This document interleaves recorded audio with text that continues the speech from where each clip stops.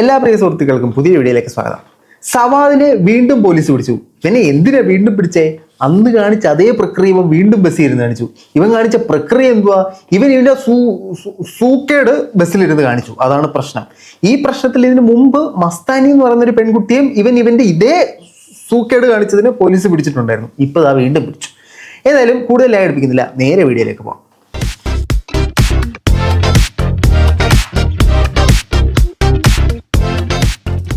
ഒരു 2 വർഷം മുമ്പേ മസ്താനി എന്ന് പറയുന്ന ഒരു പെൺകുട്ടി ബസ്സിൽ യാത്ര ചെയ്യുന്നു. ബസ്സിൽ ഈ പെൺകുട്ടിയുടെ അടുത്തൊരു ചെറുപ്പക്കാരൻ വന്നിരിക്കുന്നു. ഇവൻ ബസ്സിൽ ഈ പെൺകുട്ടിയുടെ അടുത്തിരുന്നിട്ട് ഇവന്റെ പാൻറ്റിന്റെ സിബ് തുറന്നിട്ട് ഇവന്റെ നമ്മൾ മുമ്പേ പറഞ്ഞ സൂക്കേട് ഇവൻ പുറത്തെടുത്തിട്ടു.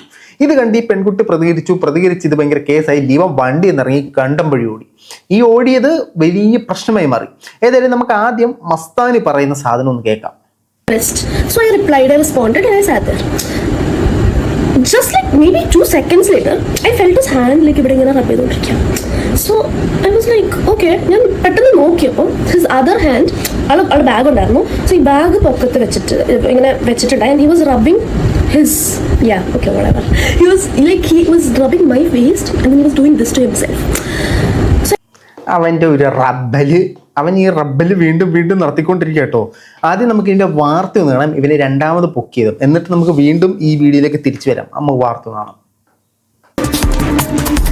അനുജ, ഇക്കഴിഞ്ഞ 14 മലപ്പുറത്തേക്ക് പോയിരുന്ന KSRTC ബസ്സിലാണ് സവാദ് യുവതിക്ക് നേരെ അതിക്രമം നടത്തുന്നത്. തൃശ്ശൂരിൽ നിന്ന് ഈ ബസ് പുറപ്പെട്ട് പടിഞ്ഞാറേക്കോട്ട് എത്തുന്ന സമയത്ത് ഈ ലൈംഗിക അതിക്രമം നടത്തുകയായിരുന്നു. പിന്നീട് സവാദിനെ ഈ ബസ്സിലുണ്ടായിരുന്ന യാത്രക്കാർ തന്നെ തടഞ്ഞു വെച്ച് പേരാമംഗലം പോലീസ് സ്റ്റേഷനിൽ എത്തിച്ച് ഈ സവാദിനെ കൈമാറാൻ ഒരു ശ്രമം നടത്തുന്നു. പേരാമംഗലം സ്റ്റേഷനിലെത്തിയ സവാദ് ഈ ബസ്സിൽ നിന്ന് ഈ ബസ്സിലെ യാത്രക്കാർ സവാദിനെ പുറത്തേക്ക് ഇറക്കുന്നതിനിടയിൽ സവാദ് ഓടി രക്ഷപ്പെടുകയായിരുന്നു. പിന്നീട് യുവതി ഈ സംഭവം നടന്നത് തൃശ്ശൂർ വെസ്റ്റ് പോലീസ് സ്റ്റേഷനിലായതുകൊണ്ട് തന്നെ തൃശ്ശൂർ ഈസ്റ്റ് പോലീസ് സ്റ്റേഷനിലായതുകൊണ്ട് തന്നെ ഈസ്റ്റ് പോലീസിന് ഈ പരാതി കൈമാറുന്നു. അങ്ങനെ ഈസ്റ്റ് പോലീസ് നടത്തിയ അന്വേഷണത്തിൽ പൊള്ളാച്ചിയിൽ നിന്നാണ് ഇന്നലെ സവാദിനെ അതിസാഹസികമായി പിടികൂടിയത്. എന്തായാലും പ്രതിയുടെ അറസ്റ്റ് ഉൾപ്പെടെ പോലീസ് രേഖപ്പെടുത്തിയിട്ടുണ്ട്. ഇന്ന് അയ്യന്തോൾ കോടതിയിൽ ഹാജരാക്കാനാണ് തീരുമാനിച്ചിട്ടുള്ളത്. 2023 എറണാകുളത്തും സമാനമായ രീതിയിൽ ബസ്സിൽ വെച്ച് ഈ സമാന സംഭവം നമ്മൾ ആദ്യം കണ്ടത്.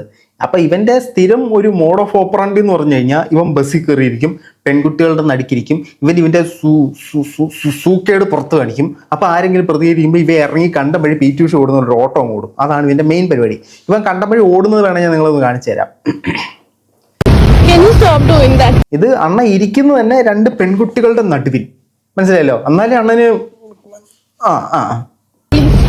Can you stop doing that? No, can you stop doing that? ആളുടെ സിബ് തുറന്നിട്ട് കുറേ നേരം ആള് ഇവിടുത്തെ കുറച്ച് പനിയൊപ്പിക്കുന്നത്.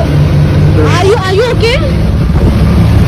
ഈ പിഞ്ച നിഷ്കളങ്കമായ കുഞ്ഞിനെ കുറിച്ചിട്ടാണ് ഇതൊക്കെ പറയുന്നത്. അവന്റെ മുഖത്തെ ഓമനത്തെ നോക്കൂ. അവൻ ആ ഓമനത്തം ചെറുതായിട്ട് മുഖത്തുനിന്നൊന്ന് മാറ്റി എങ്ങോട്ട് ഓമനിച്ചു എന്നേ ഉള്ളൂ. Is everything okay with you? It's not zip open. It's not.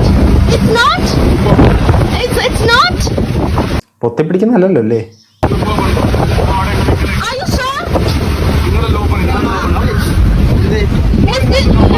ഇവ വല്ല എന്നൊക്കെ പറയുന്നുണ്ട്. അത് കഴിഞ്ഞ് ഇവൻ ബസ്സിൽ നിന്ന് പുറത്തിറങ്ങിയിട്ട് കണ്ടം വഴി ഇറങ്ങി PT ഉഷ ഓടി തോപ്പിക്കുന്ന ഓട്ടം ഓടുന്നുണ്ട്.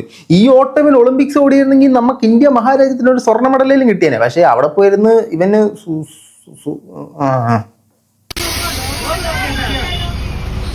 ഇതാണ് ഇവൻ കണ്ടക്ടറെ തള്ളിയിട്ടിട്ട് കണ്ടം വഴി ഇറങ്ങി ഓടുന്നത്. അവൻ്റെ ഷർട്ടെല്ലാം പോയി. പക്ഷെ അവൻ മാസ്മരി ഓട്ടം ഓടിക്കളഞ്ഞ്. ഇതിനകത്ത് ഒരു സംശയം എന്ന് പറഞ്ഞാൽ ഇവന്റെ സൈഡിൽ ഒരു തെറ്റില്ലാത്ത പക്ഷത്തിൽ ഇവൻ ഇറങ്ങി കണ്ടം വഴി ഓടേണ്ട കാര്യമുണ്ടോ? ഇവൻ അങ്ങനെ ഓടേണ്ട ഒരു കാര്യമില്ല.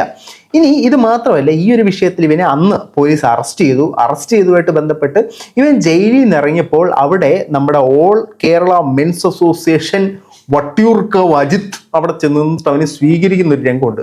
ഈ വട്ടിയൂർക്കാവ് അജിത്ത് ഇപ്പൊ തലക്കൂടെ മുണ്ടിട്ട് നടക്കുവാണോ എന്ന് നമുക്കറിയത്തില്ല. ഏതായാലും അയാളുടെ ഫേസ്ബുക്കിലൊക്കെ ഞാൻ കയറി നോക്കി ഒരു ഇതുമില്ല. ലോകത്തൊന്നും നമ്മൾ പറയണ്ട, കേരളത്തിലുള്ള ബാക്കി നന്നായിട്ട് ജീവിക്കുന്ന സകല ആണുങ്ങളെ പറയിക്കാനായിട്ട് ഒരു ഓൾ കേരള മെൻസ് അസോസിയേഷൻ ഇവനെ സ്വീകരിച്ചത്. ഇവനെ എന്തിനാ പിടിച്ചത്? ഇപ്പം ബസ്സിൽ ഇരുന്ന് ഇവന്റെ സുനാപ്പി എടുത്ത് പുറത്തിട്ട് തന്നെയാണ് ഇവനെ പിടിച്ചത്. ആ സുനാപ്പി വിഷയത്തിൽ പുറത്തിറങ്ങി വരുന്നവനെ ഇവര് മാലയിട്ട് പൂച്ചെണ്ടുകൾ അർപ്പിച്ച് സ്വീകരിക്കുന്നുണ്ട്. ബോച്ച എന്തിനാ ഇവര് പൂച്ചെണ്ട് അർപ്പിച്ച് സ്വീകരിച്ച് ഒരു പെൺകുട്ടിയെ അസഭ്യം പറഞ്ഞതിന്. ഇപ്പൊ ഓൾ കേരള മെൻസ് അസോസിയേഷന്റെ നിലകൊള്ളുന്നതിന്റെ ലക്ഷ്യം എന്താണെന്ന് നിങ്ങൾക്ക് പിടികിട്ടിയല്ലോ. ഇവൻ ഇറങ്ങി വരുമ്പോൾ ഇവനെ പൊൻകതിർ മാലകളിട്ട് സ്വീകരിക്കും. നമുക്ക് കാണാം.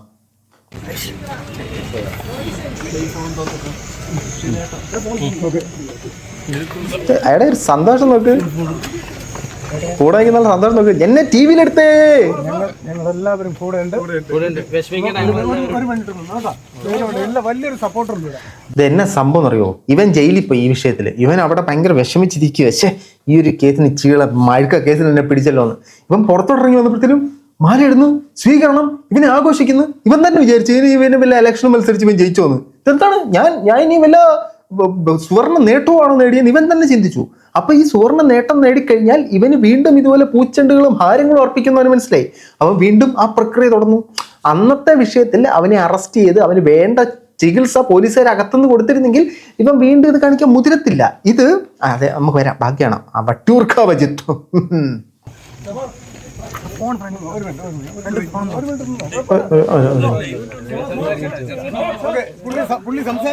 ധൈര്യമായിട്ട് നിന്നോ എന്നൊക്കെ വട്ടിയൂർക്കാവ് അജിത്ത് പറയുന്നുണ്ട്. വട്ടിയൂർക്കാവ് വീണ്ടും ധൈര്യം പകരുന്നുണ്ട്. ഇനി ഈ ഒരു ചേഷ്ടയുടെ പിന്നിൽ അദ്ദേഹത്തിന്റെ ഇതുണ്ടോന്ന് അറിയില്ല.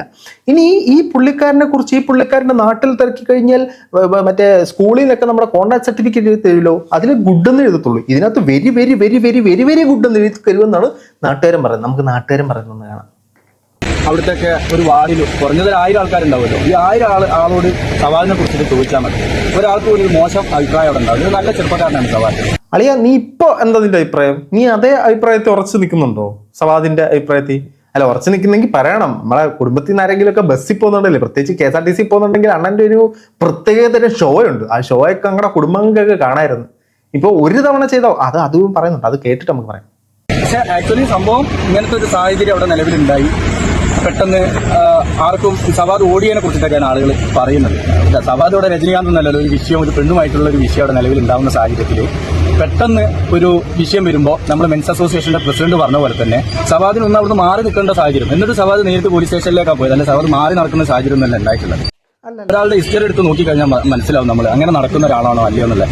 ഇവിടെ ഇപ്പോൾ നഗ്നത ഹിസ്റ്ററിയും ജിയോഗ്രഫിയും ബയോളജിയും ഒക്കെ എടുത്ത് നോക്കിയപ്പോൾ കാര്യങ്ങൾ മനസ്സിലായല്ലോ അല്ലേ, അങ്ങനെ നടക്കുന്ന ഒരാൾ തന്നെയാണ് എന്നൊരു ഇതിലേക്കല്ലേ നമ്മൾ എത്തിച്ചേരാൻ സാധിക്കത്തുള്ളൂ.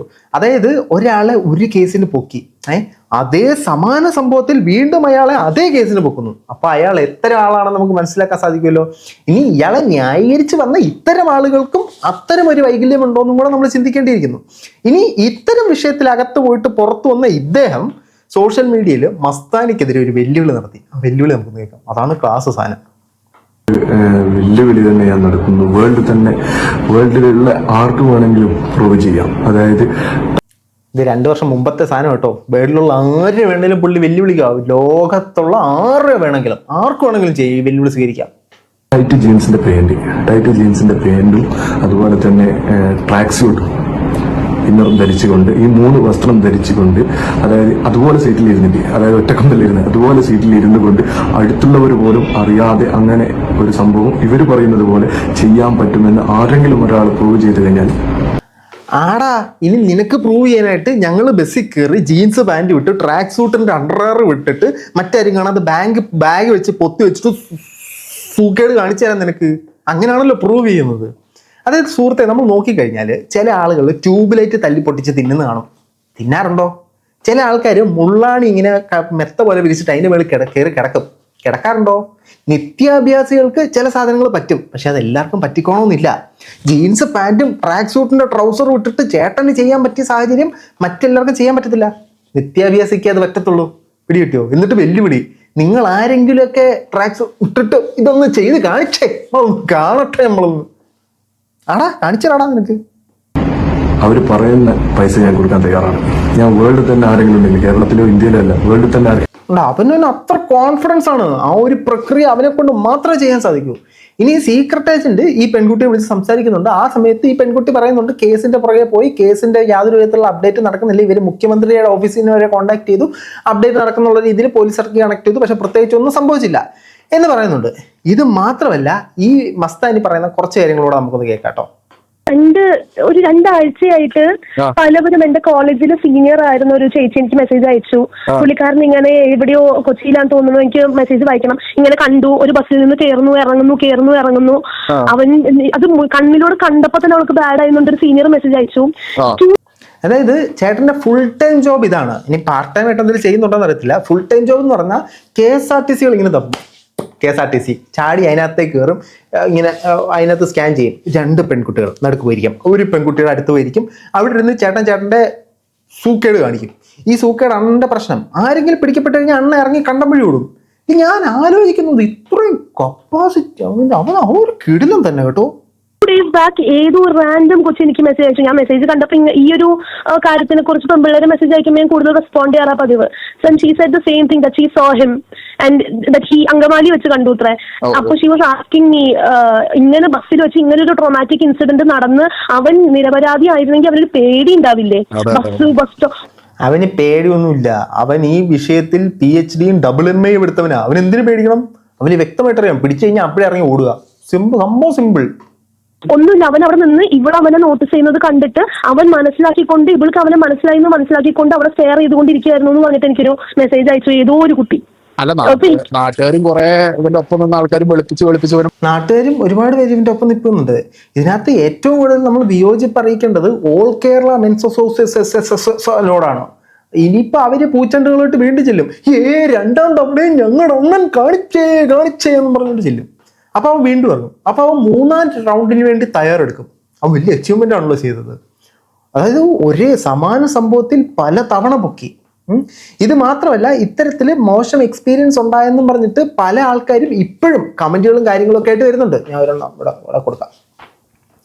അണ്ണന്റെ സ്ഥിരം പണിയത്. ഇതിൽ നിന്ന് എന്ത് സുഖമാണ് ഇവന് കിട്ടുന്നതെന്ന് അറിയത്തില്ല. ഇവനെ എത്രയും പെട്ടെന്ന് ഡീപ്പോർട്ട് ചെയ്ത് നാട് കടത്താൻ പറ്റുമോ? പറ്റത്തില്ലല്ലേ? പാകിസ്ഥാനിലോട്ട് വിട്ടാലോ? എന്താണ് നിങ്ങളുടെ അഭിപ്രായം? തീർച്ചയായിട്ടും കമന്റ് ബോക്സിൽ കമന്റുകളെ രേഖപ്പെടുത്തുക. ഈ പെൺകുട്ടിയുടെ വസ്ത്രധാരണം കൊണ്ടാണ് ആ ചെറുപ്പക്കാരൻ ഇങ്ങനെ പ്രവർത്തിച്ചത് എന്ന് പറയുന്നുണ്ടായിരുന്നു. ഈ പെൺകുട്ടി വസ്ത്രധാരണം മോശമോ വസ്ത്രമില്ലാതെ വന്നാലും അങ്ങനെ ചെയ്യാതിരിക്കാനുള്ള കഴിവല്ലേ വേണ്ടത്? അപ്പോൾ പെൺകുട്ടിയുടെ വസ്ത്രത്തെ നമ്മൾ ഇട്ട് ചൂണ്ടിപ്പിടിച്ചിട്ട് കാര്യമില്ല. നമ്മുടെ മനസ്സൂടെ ശരിയാകണം. ഏതായാലും ഇപ്പോൾ മസ്താനിയുടെ ഭാഗമാണ് ശരി എന്നത് പ്രൂവ് ചെയ്തിരിക്കുന്നു. ആ പ്രൂവ് ചെയ്തില്ല, അവൻ തന്നെ കൊണ്ട് തല വെച്ച് കൊടുത്തു അർത്ഥം ഒന്നും പറഞ്ഞിട്ട്. നിങ്ങളുടെ അഭിപ്രായം തീർച്ചയായിട്ടും കമന്റുകളിൽ രേഖപ്പെടുത്തും. മറ്റൊരു ഡേറ്റ് ആണ്.